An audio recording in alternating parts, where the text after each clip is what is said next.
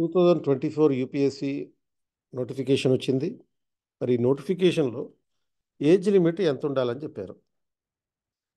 So ఈ 2024 notification ప్రకారం minimum 21 years age ఉండాలి. అంటే కనీసం బిగినింగ్ ఏజ్ అనమాట ఇది. 21 సంవత్సరాలు దాటిన వాళ్ళు, అలాగే 32 సంవత్సరాలు లోపల ఉండాలి. Maximum age limit 32 years. అంటే it should be 32 years as on August 1, 2024. So August 1, 2024 నాటికి 32 సంవత్సరాల లోపు అండ్ కనీసం 21 సంవత్సరాల ఏజ్ ఉండాలి. అంటే ఎ పర్సన్ కట్ ఆఫ్ ఎంత ఉండాలంటే దీనికి, a person who is born not before 2 August 1992. అంటే మీ బర్త్డే ఆగస్ట్ 2, 1992 తర్వాత ఉండాలి. అంతకుముందు ఉంటే ఎలిజిబిలిటీ ఉండదు. అంటే 21 బిలో ఉన్నట్లు లెక్క.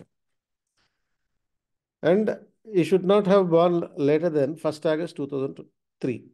అంటే ఆగస్ట్ 1, 2003 కన్నా ముందే పుట్టుండాలి. సో 2 ఆగస్ట్ 1992 తర్వాత పుట్టుండాలి. 1 ఆగస్ట్ 2003 లోపల పుట్టుండాలి. ఇది జనరల్గా కట్ ఆఫ్. అంటే ఈ జనరల్ కేటగిరీలో minimum age limit 21, maximum age limit 32. దానికి సంబంధించిన డేట్లు ఇవి. సో అప్పర్ ఏజ్ రిలాక్సేషన్ కూడా ఇచ్చారు.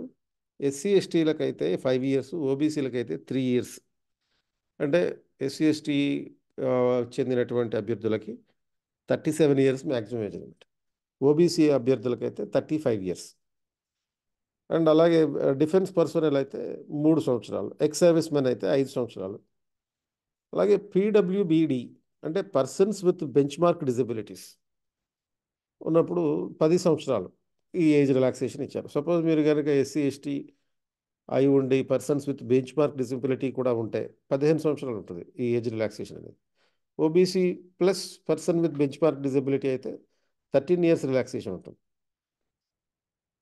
సో ఈ నేపథ్యంలో UPSC courses offered by 21st century: 3 years graduation with IAS foundation, 2 years general studies plus optional foundation, 1 year long-term IAS foundation, including general studies and optional అనమాట.